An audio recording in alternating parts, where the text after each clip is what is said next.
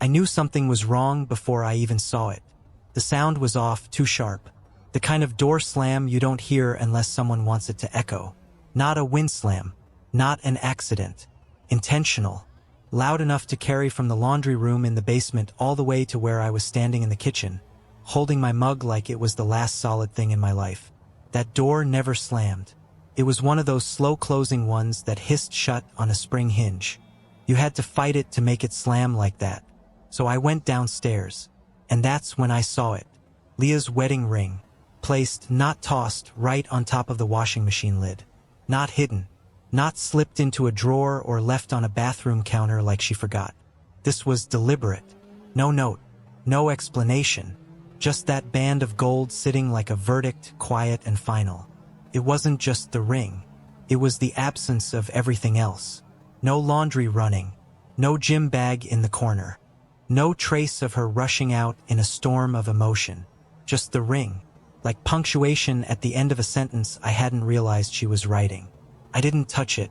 I just stood there, staring at it. A small part of me wanted to laugh, as if maybe this was some sort of twisted social experiment, like a prank video where someone tests how long it takes for their spouse to crack. But that wasn't Leah's style. She was calculated, composed. If she was making a move, it wasn't impulsive. That thought sent a pulse of cold through my chest. I went back upstairs and stood in our bedroom, trying to steady my breathing. My eyes scanned the room like it would somehow tell me what to do. Her side of the closet was half empty. Her watch was gone.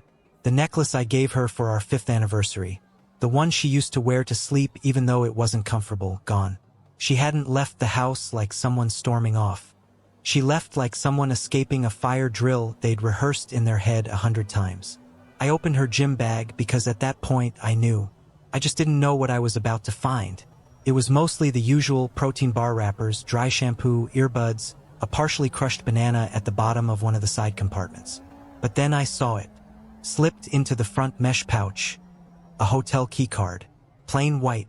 No branding. The kind with just a barcode and a tiny printed number in faded gray. Room 708. I just stared at it for a moment, like my brain needed a few extra seconds to process what my eyes already understood.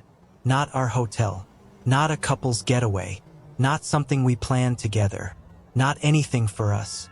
I pulled out my phone and opened our shared rideshare app. We'd linked it a year ago after a billing mix-up. I scrolled through the ride history. There it was. October 9th, 1:02 a.m. Pickup from a residential block about 2 neighborhoods over. Drop-off. Alaris Hotel. Downtown. I felt my jaw tighten, but I kept scrolling. Another trip. October 10th, 12:53 a.m. Same route, same drop-off. Consistent, patterned, like clockwork. At first I thought maybe it's innocent. Maybe she's helping a friend. Maybe she just needed space. But then our shared Gmail pinged. It was an automated receipt. Digital. Tidy. 2 cocktails, Alaris Rooftop Lounge. Total, $38. 1:19 a.m.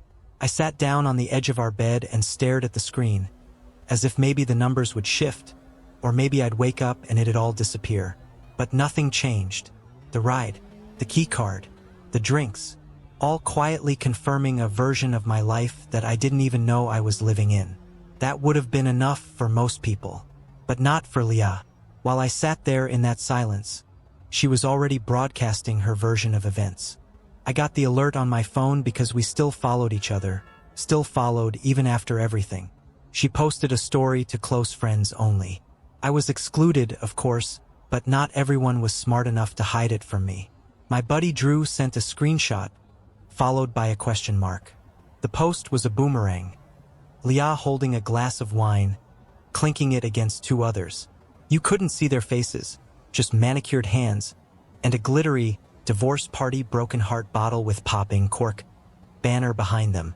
The caption said, "When you finally let go of controlling energy, raising hands, nail polish, #freedom, #girls night, #blessed." That hashtag hit harder than the rest. Controlling. She was setting the stage. That's when it hit me. This wasn't sudden.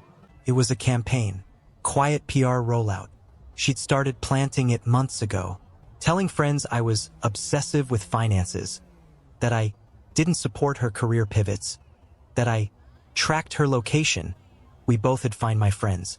She was rebranding herself. From wife to survivor, from partner to victim. I didn't even know I'd been cast as the villain in her new story. And the worst part?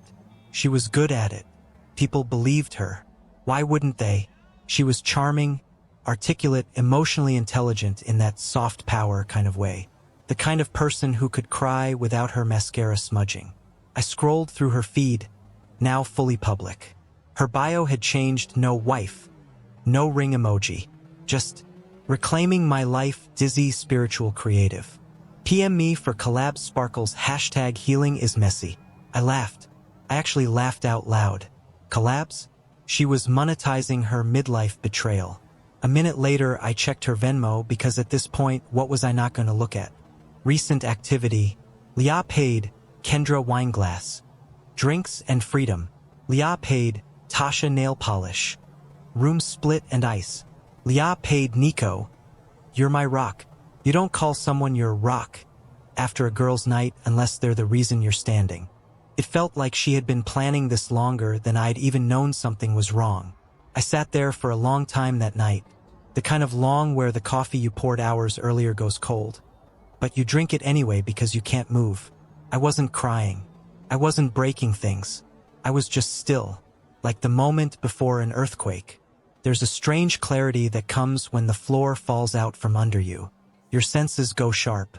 You notice things, the hum of the fridge, the tick of the wall clock, the way your own heartbeat sounds when there's nothing left to distract you. The truth wasn't that she left me. It was that she replaced me long before she ever walked out the door. And now, she wanted to walk away from the fire while I stood in the smoke trying to explain it to people who'd already been told I was the one who lit the match. I didn't want to admit it at first, not even to myself.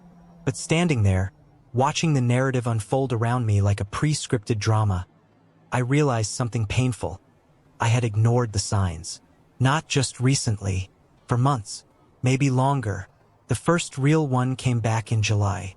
Leah had started going on what she called digital detox retreats. She said they were part of some new wellness challenge she'd found on a podcast. 3-day weekends where phones were locked away. No social media, no email, just nature and journaling and sisterhood. That was her word, sisterhood. She'd leave Friday morning with a yoga mat, a stack of paperback books, and some crystals I hadn't seen before. She'd come back Sunday night, exhausted but reborn, as she put it. I didn't press her on it. I thought maybe she needed that kind of space. Maybe I'd been too focused on work. Maybe we were in a slump.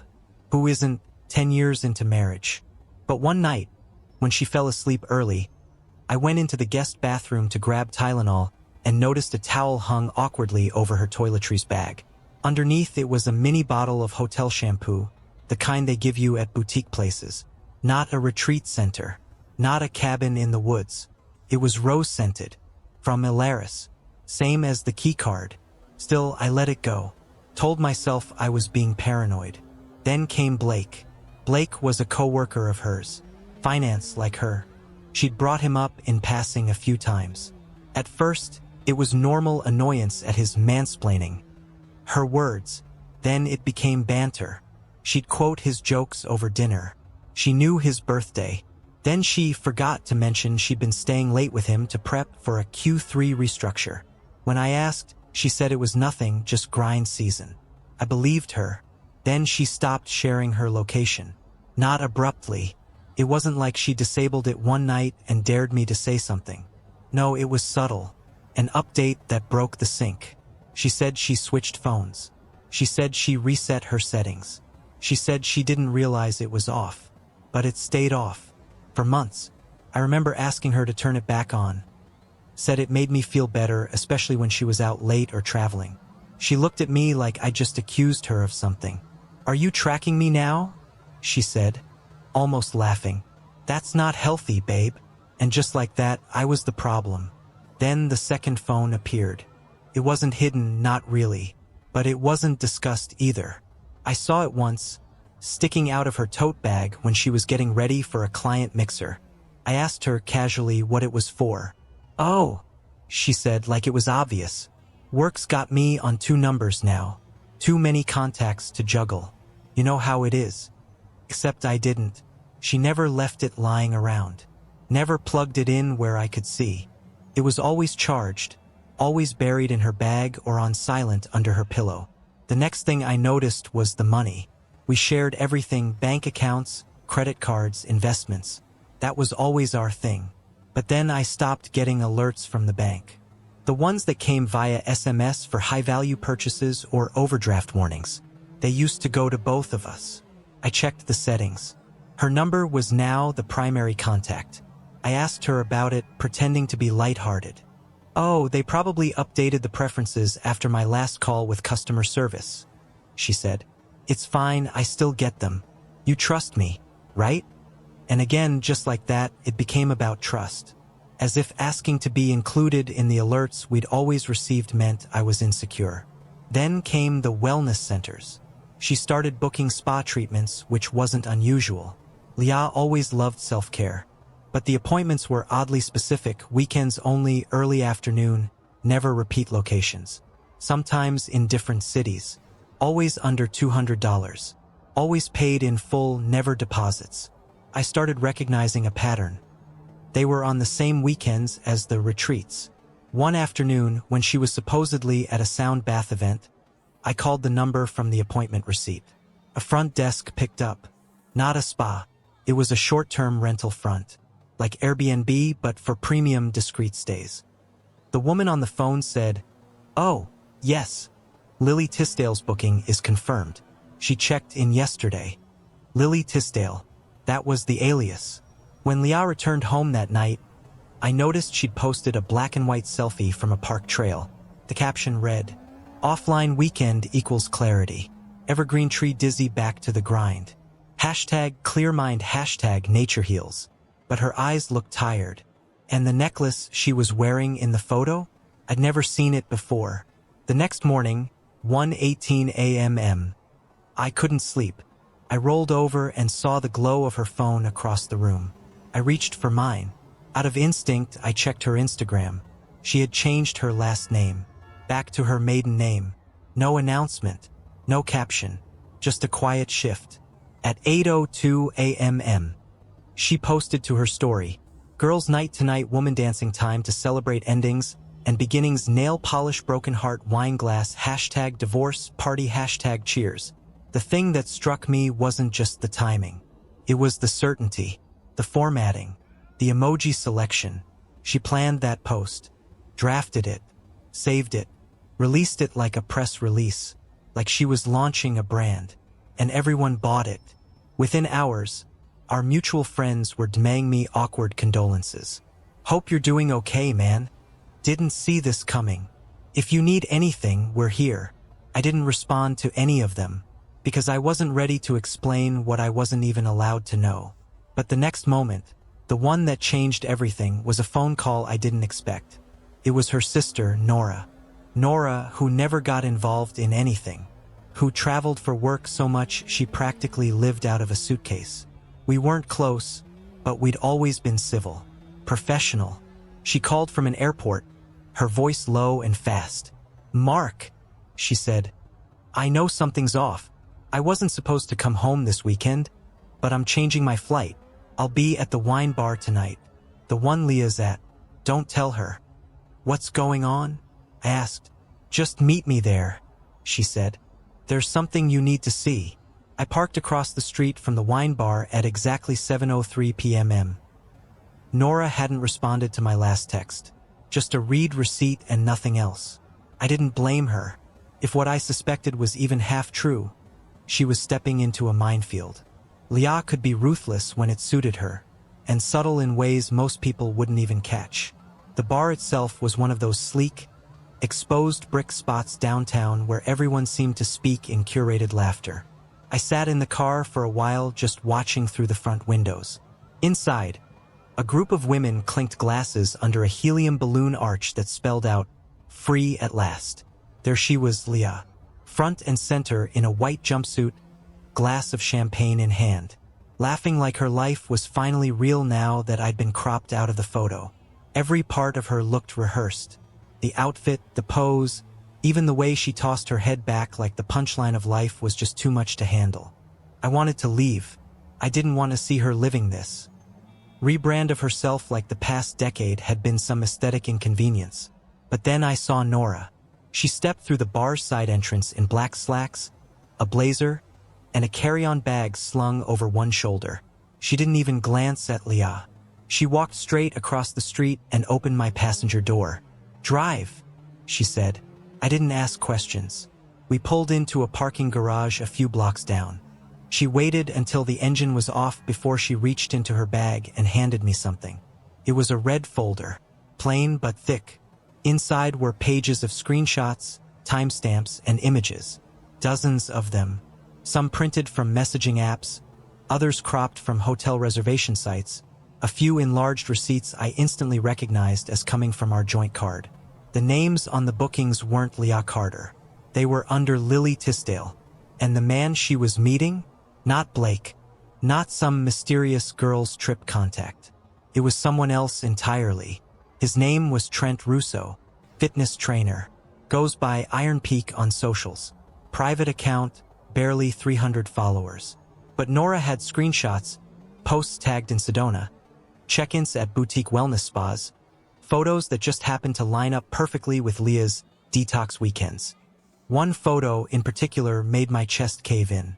It was taken at sunset, warm orange light cutting across Leah's face as she leaned into Trent's side on a hiking trail. She was smiling, not the fake, curated one she used for stories. A real one, the kind I hadn't seen in over a year. She wasn't wearing her ring. The next page showed the booking receipt. A cabin in Sedona, booked under Lily Tisdale, 2 guests, paid in full using our joint debit card. The next transaction? Dinner for 2, then a couple's massage. It wasn't just one weekend either. It had happened 5 times over the past 4 months. Same pattern. The retreats, the location disabled, the wellness charges, the vague phone calls that just dropped out during the drives. My hands were shaking as I flipped through the rest.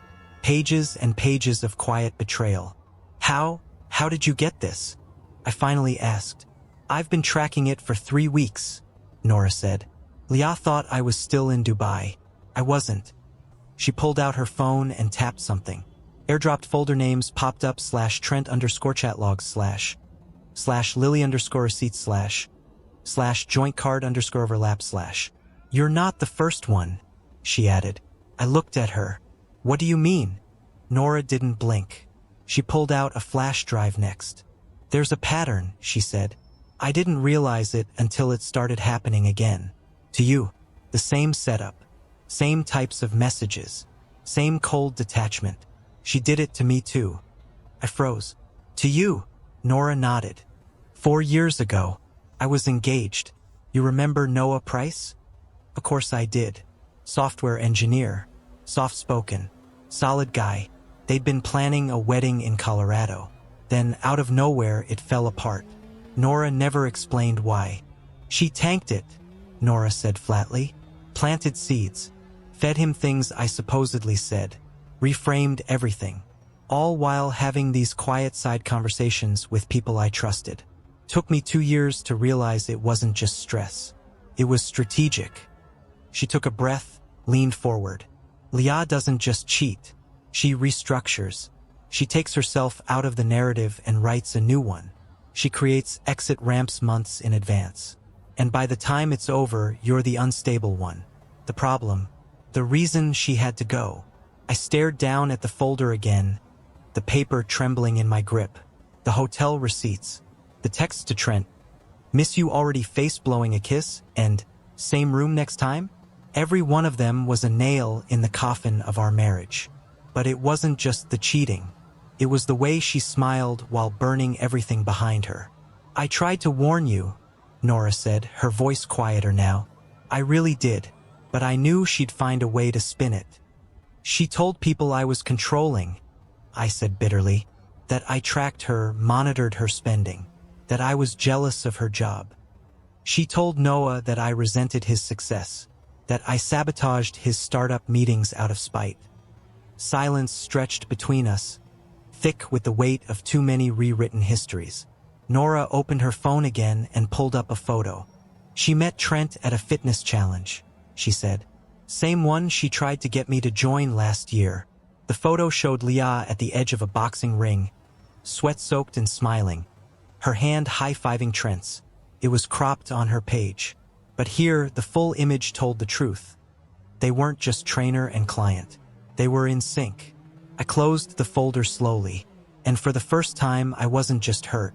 I was done. No more benefit of the doubt. No more waiting for her to explain. No more hoping that this was some emotional detour. This was calculated. And now I had proof. What do I do with this? I asked, my voice flat. Nora didn't answer right away.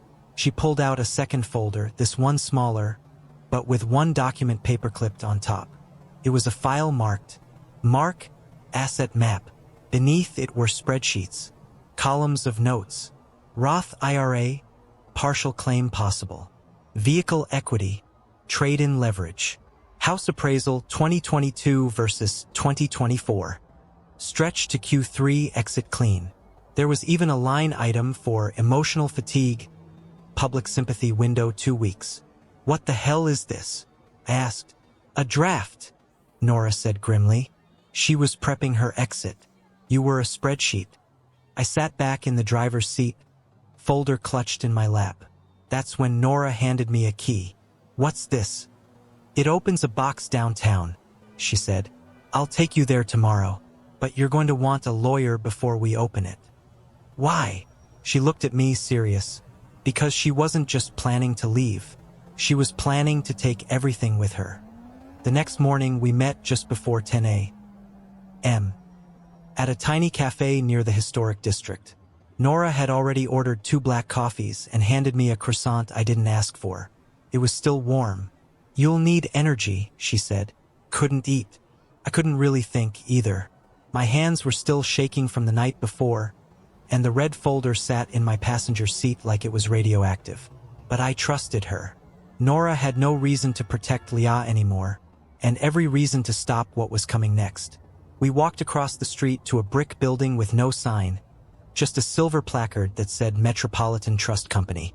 A single clerk greeted us with polite efficiency. No forms, no ID required, just a nod to Nora and the phrase, Under Tisdale 104. The woman, early 30s, easy smile, led us downstairs and pulled out a medium-sized safe deposit box. She laid it on the table and slid it open like it was no big deal. Inside, I saw 3 things: a burner phone in a cheap plastic bag, a black folder marked personal/legal, a zip drive in a clear pouch labeled Nevada Playbook 2024 V2 Final. Nora slid on gloves before she touched anything. This is where it gets dark, she said. She pulled out the folder first. Inside were copies of legal documents, some real, some doctored. The first was a power of attorney supposedly signed by me, except I'd never seen it before, and the signature was clean, almost too clean. It was notarized by a woman named Sierra K. Jenkins, a name I vaguely recognized. I'd met her once at a party Leah dragged me to, a law school friend. I remembered her laughing, drunk on sangria, and pulling Leah into a photo booth. Apparently, Sierra was also a notary, and apparently, she was willing to backdate documents for friends. I already sent this to Dana Klein, Nora said, referring to the attorney she'd looped in. She'll verify the notary stamp. If it holds, it's fraud. The next document made my stomach drop. It was a backup prenup, dated 6 months ago, unfiled. No legal standing, but with my name forged at the bottom. The clauses were brutal. No spousal support. All property hers.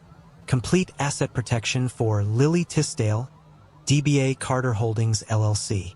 She planned to slide this in, Nora said. Probably use a moment of vulnerability. Or maybe get you to sign something bundled, hidden in a stack of refinance docs or insurance updates. Next was a USPS mail forwarding form, filled out and signed but dated. It had my name on it, my address, but the mail was set to forward to A.P.O. box in Nevada. She was going to disappear you, Nora said softly. Not just leave. Wipe the slate. I felt the kind of rage that doesn't boil, it calcifies. Cold. Heavy. And then she pulled out the burner. Cheap. Prepaid. No passcode. Inside were 5 texts. Keep receipts. Dropbox link same. No docs in Gmail. Use Signal or Proton. Don't trigger Mark until funds move. Asset call. Q3 deadline. Once flight confirmed. Destroy draft plus POA copy. Couldn't breathe. It was like discovering a second life. One built over mine. Not beside it. But that wasn't even the worst of it. Nora handed me her tablet, which was already unlocked to a folder named Pattern. It was broken into subfolders. Trent, photos, receipts, chats. Blake coworker, calendar screenshots, Teams logs. Kyle neighbor, audio recordings, shared notes, backdated Venmo receipts. Mark, asset map. The one I'd already seen, only this version was bigger. Each folder had journal entries, voice memos, spreadsheets, strategy outlines. Cold, unfeeling, like she was drafting a business case. Except the product was her exit. One journal entry, dated 6 months earlier, read, Mark still hesitant on joint sale of Tahoe cabin. Need to time emotional ask to post-anniversary weekend. Likely window for guilt leverage. He won't say no if I frame it as fresh start. Don't push yet. Stretch to Q3. Another said, Blake too soft to build escape hatch. Cute but clingy. Back burner only. Trent equals leverage. Travel tie-ins useful for alibi. Track receipts. Use Sedona as safe zone. She had written about me like I was a variable in a project plan. Then there was the voice memo. Nora hit play before I could stop her. Leah's voice came through, calm and collected. If I move too early, he'll suspect. Needs to look mutual. Narrative is key, emotional exhaustion, not cheating. Otherwise I lose control. Sister conflict can distract if needed. Push that button if timeline accelerates. Sister conflict. Nora. She had planned to use Nora as a decoy. A digital note below the recording read, if Nora resurfaces, suggest she's manic again. Past behavior will make it stick. I looked at Nora. What does that mean? She swallowed. 3 years ago, I had a breakdown.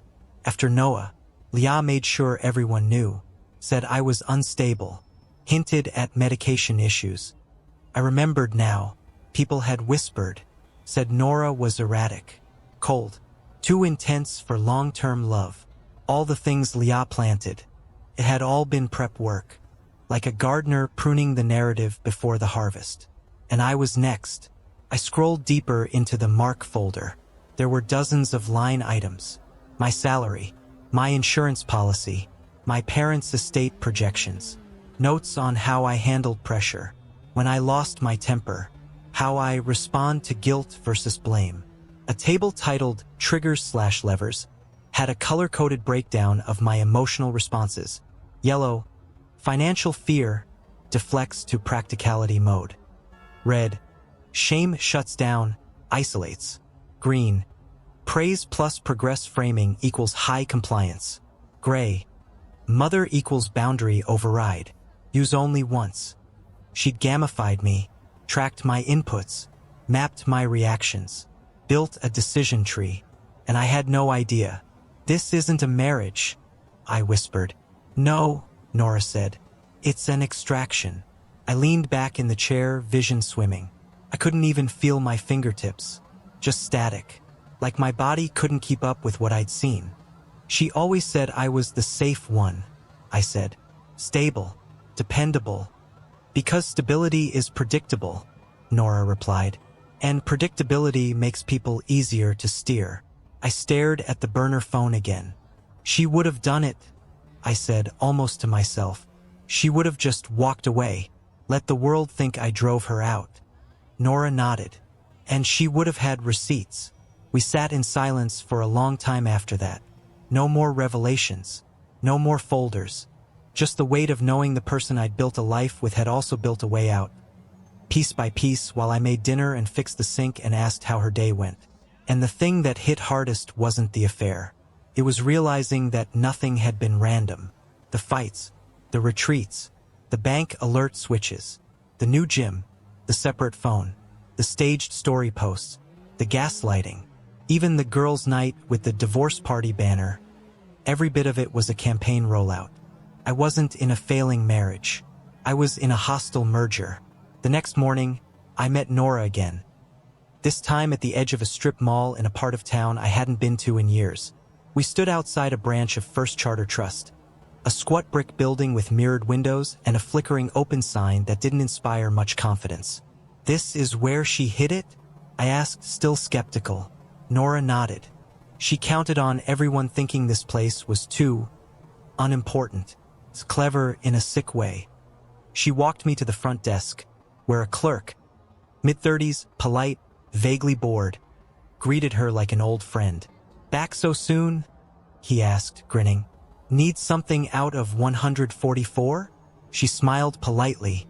"Not me. My brother-in-law, Mark. He's on file." The man glanced at me. "ID." I handed it over, expecting a long process. But 30 seconds later, he returned with a key and waved us past the desk like we were grabbing a bagel, not opening a vault. The security door buzzed, and we stepped into the chilled silence of the deposit area. Rows and rows of dull gray boxes lined the walls. The clerk unlocked one mid-level drawer and placed a long, flat box on the table between us. "I'll give you some privacy," he said, stepping away. Nora waited until the door clicked shut before she flipped the latches. Inside were neatly stacked folders, each labeled, each different. She pulled the top one and laid it flat. It was marked, Contingency Assets, JT Custodial. Inside was a forged power of attorney, this time including a photocopy of my driver's license and a signature block that looked eerily like mine, but off just enough that I felt a visceral sense of violation. It had a wet notary stamp. "Live signed, according to the cover sheet, and again by Sierra Jenkins." "This isn't even subtle," I said, voice low. Nora tapped the margin. "Look at the notarization date. It's backdated 3 months before you ever signed that refinance paperwork." I flipped to the second document, a mail forwarding authorization, fully signed. It had a red pen correction where she'd scratched out her name and replaced it with mine. "She was planning to move your correspondence," Nora said. "Make sure legal notices went to her.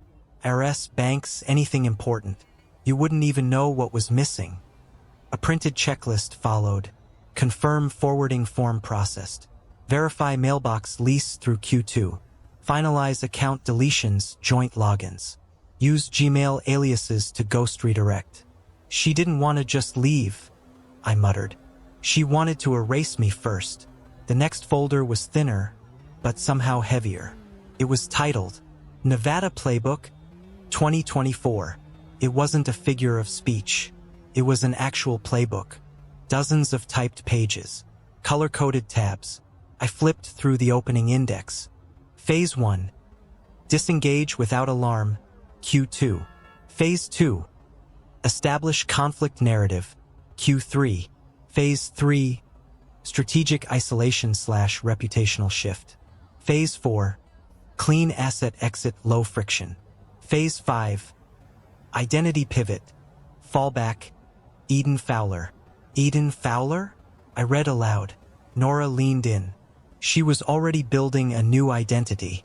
She used it for bookings in New Mexico. Check the next tab. Inside was a full dossier. Burner ID, fake Instagram with a handful of artful photos, a blog draft titled, How I Lost Everything to Find Myself. She had even ordered business cards. Freelance copy plus brand alchemy by Eden Fowler. I laughed, but it came out wrong, like a gasp wrapped in disbelief. The blog's first entry draft began. "People think starting over is a tragedy. I think it's the beginning of real authorship. After shedding the chains of a suffocating marriage, I found clarity in the desert. Minimalist light, clean air, no more apologies. She was going to repackage herself, I said, reading slower now, as the abandoned one. Nora slid another envelope toward me. She did a dry run. Inside was a rental agreement. 3 months ago, a single-bedroom loft in Reno, rented under the name Fowler Eden L. Utilities prepaid. 1 month only. She wanted to see if the bank statements would trigger a notification, Nora said. They didn't. She used your card for the initial hold, then canceled the transaction the next day. I stared down at the paperwork. The thought of Leah sipping tea in a Nevada rental while plotting her minimalist healing narrative made my skin crawl. She didn't just test the exit, I said. She rehearsed it. Nora opened the last file in the box. It was marked Owen K. Precedent model. Owen? I didn't recognize the name at first, but then I saw the photo. Late 30s, sharp jawline, marketing consultant. A man Leah had briefly consulted with back in 2019 for a freelance project. He had a family, a wife, a daughter, except the photo was clipped from a police report, filed under suspicious withdrawal of complaint. What is this? I asked. Nora grimaced. He was the last one. The folder contained screenshots of an anonymous email, a fake harassment complaint filed through a corporate hotline, and a signed settlement agreement. No public record, but enough to ruin his consultancy. She threatened him, Nora said, blew up his life and then made him disappear. He backed off, paid to avoid a lawsuit. She walked with 30 grand. I couldn't speak. There was a second page. This time, a table exactly like mine. Triggers Owen K. Protective when daughter mentioned. Vulnerable to shame in public. High urgency when branded reckless. Response to legal pressure equals avoidance. She mapped him too, I whispered. And she was starting to map you the same way, Nora said. Except this time, she didn't just want money. She wanted a full erase. New name, new life, a clean stage. In the bottom of the box was one last item. A journal. It wasn't dated. Just plain black leather. No bookmark, but well used. I flipped it open randomly, hands now steady despite everything. Mark starting to ask questions. Might need to accelerate. Best option equals story fracture. Let him unravel. He'll focus on symptoms, not root. Another entry. He thinks I'm drifting. Perfect. If he knew I was scripting this from the start, he'd unravel faster, which, to be honest, might make it easier. I closed the journal. This wasn't heartbreak. It wasn't cheating.